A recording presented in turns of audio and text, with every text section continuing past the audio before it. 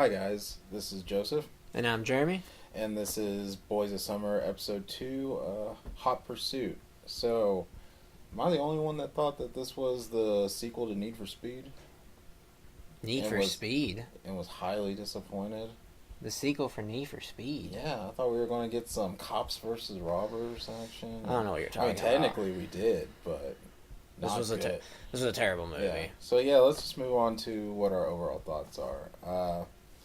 I was bored out of my mind during this movie. I mean, we went on Mother's Day, and you'd think that opening weekend for this movie and on Mother's Day, and well, I don't even really know what kind of demographic this movie was really reaching. We can talk about that. But Who knows? you would think that there would have been more people in the theater, and it was dead, It, and the energy was so low. There was barely any laughter. I mean, it was just rough. It was just really rough, and it was only like a 89, 90 minute movie, maybe. oh, if that. The movie just was not good, in my opinion. I was bored. I was. Oh gosh, so many things that were Yeah. not good. I wish it was a Need for Speed sequel. Now, there is a Need for Speed sequel coming. Well, hopefully it's called Hot Pursuit. Yeah, it Hopefully might be. It Who just knows? erases the memory of this movie. Gosh, the acting But, was bad. The directing was bad. The story was bad. I mean, this movie. I just felt like I think you can tell we're not fans of it. Yeah, yeah. I just felt like it really just didn't know what it was doing at any given time, and it was less of a movie and more of just a like I don't know a collection of skits that didn't work out like bits cut from SNL like I don't know. Bits cut from Mad TV. yeah That's going but old school there for you. but yeah I think let's go into maybe what was wrong with the director. I thought the direction for this movie was just in several different places. I don't think this movie ever had one simple thing they were trying to go on. I mean, of course, that this movie at first started out as a plot point where they had to get the two, Sophia's character and her husband, to Dallas by 8 a.m. The next day, I even think, which was really quick. Yeah. Felt like it took forever to even to get to the next day. But they did a lot of stuff in one day in this movie. Yeah. But I felt like it went several different ways. Just the direction of how the tone was. The action in the movie was just slow pace. Like the beginning shot is a guy running. It's supposed to be an action scene. The guy's running as slow as he possibly can. When they're driving off and being chased, the car chases just seem slow. I mean, the direction towards the acting was bad. I just don't ever think it had a single plot point. I mean, it was a Yeah. generic plot that was meant to be a good movie to go entertain, to be made for cheap and be made for under 10 million. You make 20 to 30 million, you make a profit on this movie. I just don't even think it succeeded at that. It might make a profit, it might not. I did not like the direction at all. Well, I just felt like the director let dialogue go on too long because there's clearly like instances when they were riffing, and Yeah. I just felt like and that'll kind of go into the acting portion too because it kind of covers both bases. But I think like this director, who I believe was Anne Fletcher, Was it? Oh, yeah, okay. like I don't think she knew how to assert herself, like come in and like stop it because it just seemed like there would just be like bits like one that comes to mind is when they're in the back of the Hauser and Dixon, the bad cops. Yeah, the two bad Yeah, guys, and which they revealed very early they were the bad guys, which I Yeah. kind of didn't like. I wish they had kept it more of a secret. Yeah, but they were in the back of their squad car or whatever, and it's just like the whole thing like about like oh she's on her period and let's explain like the whole Yeah. it's just like that was like clearly like improving because they even had like a blooper of it where they kind of Yeah, messed up and at the everything end of the movie. and Yeah. it just like it went for so long and I feel like a director would have been like okay like we got what we needed, let's like move on and like or even like just like in post, like just shorten that because it just dragged, and you could tell like the guys up front like didn't really know like what to say, so they were just like ugh, like doing like really like the generic like oh disgusting woman talk like Yeah. which I mean that covers a bunch of different bases, but I just felt like there were so many times when a scene went too long, like the joke already didn't work. It's like the SNL effect, like the joke already didn't work or it worked at the very beginning the first time you hit it, but Mm-hmm. then when you just stretch it out it's just a case of diminishing returns where you're just not going to, if you didn't get the laugh before you're just going to turn it into disgust, and if you did get the laugh it's only going to go so long before then it's like okay move on now. uh, this movie had a bunch of points like that. It wasn't just slow like in terms of action, it was just slow in terms of how plotting it was at times, like how tedious just getting from one scene to the next felt. There was just like a lot down, like it was also like really quiet, like there wasn't like really like a lot of music or anything in No, it at I times. didn't realize that there really wasn't a lot of music in the movie. Yeah, I didn't like catch that. but like when there was it would just be like blaring like female empowerment country or something like that, like it was just like really like just like jarring like the musical cues. So I think that was kind of, yeah, I just think the direction just wasn't on point at all. So yeah, I mean the writing for this I felt like wasn't terrible. It was definitely generic. There were some issues though, like there were some glaring issues. For instance, when the love interest for Reese Witherspoon's character Cooper gets introduced, Yeah. the felon. I mean, that's really all you can call him because a really glaring plot point was that he was never named in the movie at all. He Like, really wasn't. You really, mentioned that to me after we saw it, and I was like, yeah, they never said his name. yeah, I was Ever in the movie. And I thought that was really weird for a love interest to never be, his name never be mentioned. yeah. I mean, because I was trying to like just do notes for this, and I wanted to talk just about like kind of how like, and that's another thing about the writing, like just how kind of crammed in we have. This is our second movie with an instance of a crammed in romantic subplot.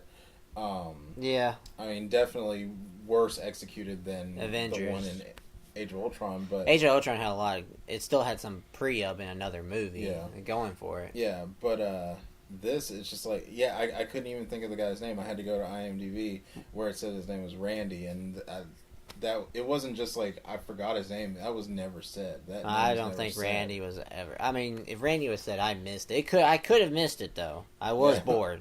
Yeah, I wasn't paying attention. I was starving during this movie. right. So, my starving in a bad movie, I just was not at all void at it. Yeah, and I mean, I feel like writing does have to play some part because it really, well, like we said, it felt just like a bunch of skits crammed together, and there was no connective tissue between anything.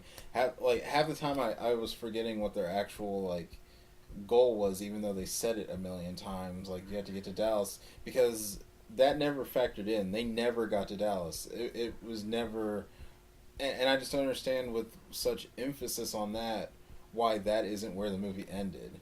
Like Dallas 8 a.m. It's like you set yourself a very clear goal Yeah, for you your did. plot, and Uh, you veered from it, and that's just like then that makes everything that happened up to that point, all that build up for nothing. You might as well have been. well, Like they added the Revolver. brother part into it in the very kind of middle, and Yeah, very the second very act, and little they did it, and then the movie turned into she wanted revenge for her brother death, which they didn't really allude to that much through the movie. Yeah, Which and there was like random like red herrings, like oh your husband was the one that killed your brother, and it's like why would that even be the conclusion you'd come to? You know, like it just seemed like at the end it was supposed to be like the surprise, like oh it was him all along, and she was this criminal mastermind because they also did that whole thing where like they tried like Reese made comments about like her intelligence and everything, which I guess was supposed to be like a smokescreen for when she came like she became this like plotting femme fatale I sort. guess Um, it really didn't make any sense. It felt like this was the product of like many movies seem to nowadays of a patchwork of I have part of a plot of one movie, part of a plot of another. and someone in a studio was like, let's get a writer and let's have them put it together as best they can, and it wasn't executed well No, at all. I mean, the writing could have been done much easier. I mean, it just like you said before, the brother plot got brought in. 8 a.m. would have been a perfect way to end the movie. Yeah. You just work. I mean, it's a generic script anyway, so you just set yourself up.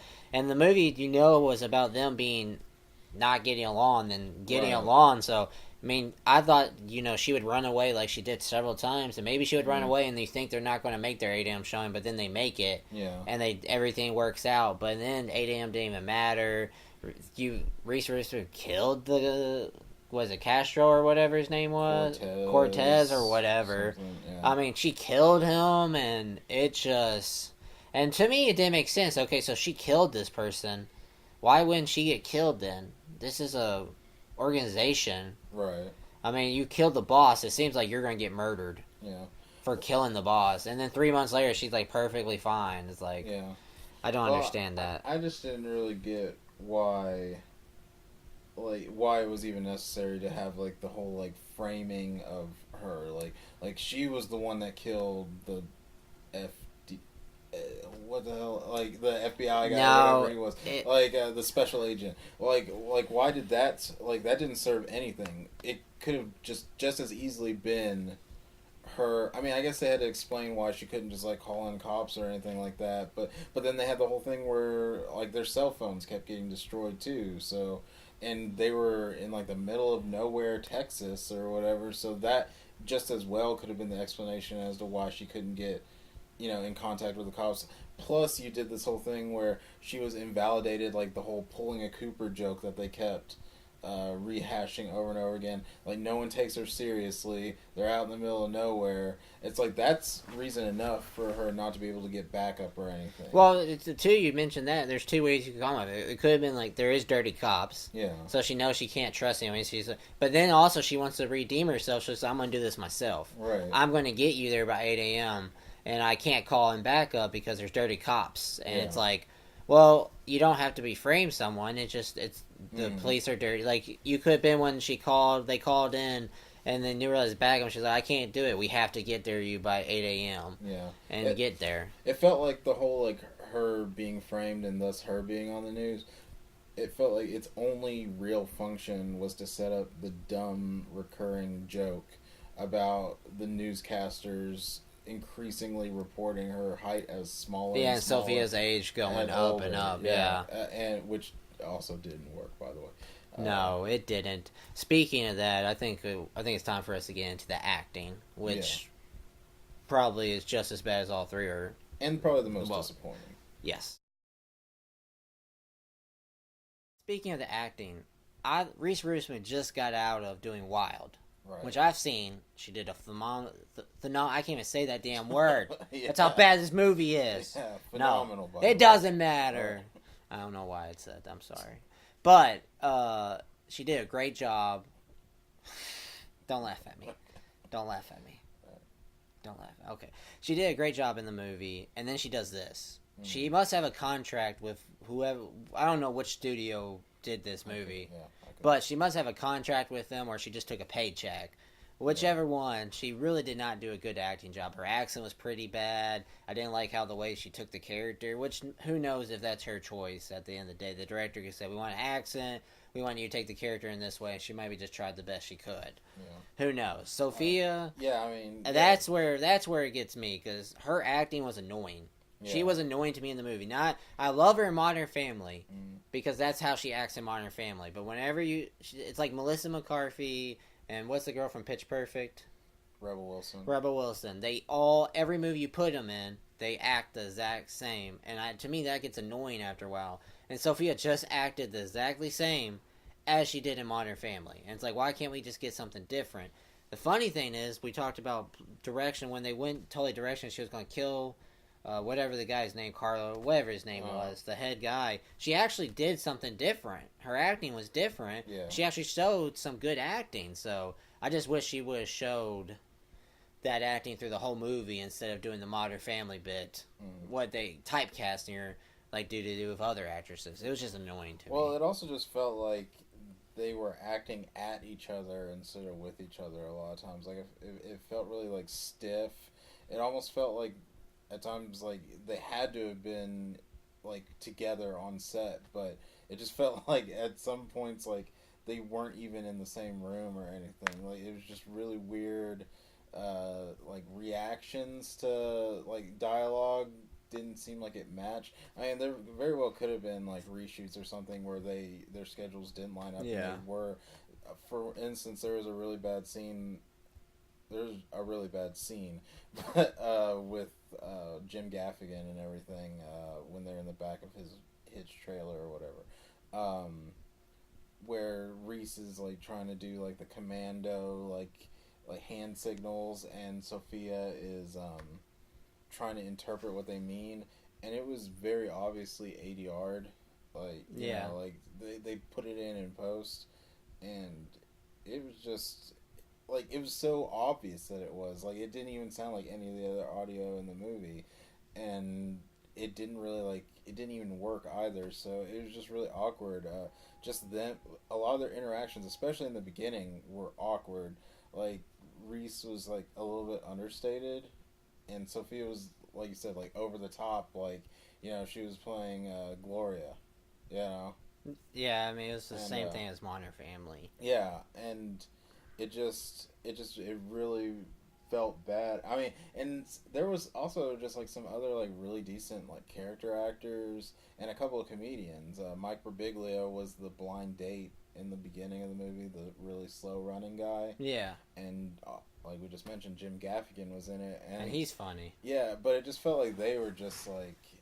It felt like they realized how bad the script was. I think everybody, nobody was good in the movie. Yeah.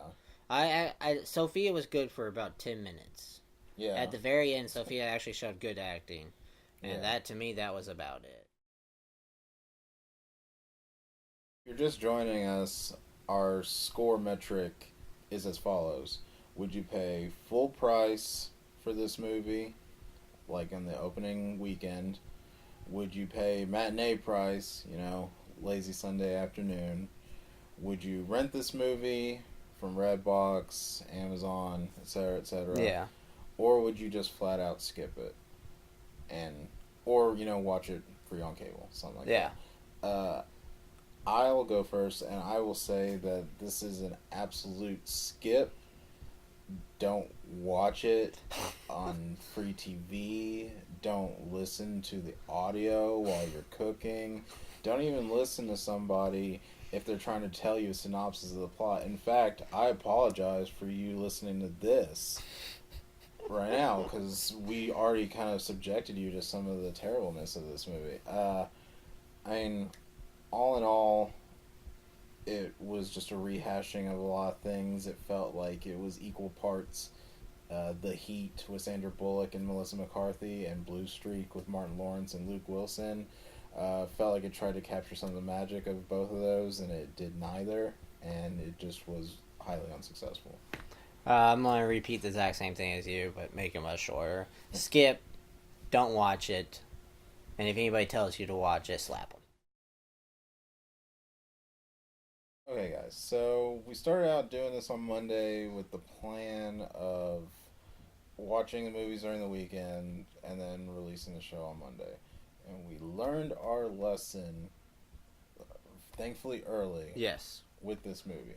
Because this was so bad, and yet we had to pay virtually full opening weekend price for this.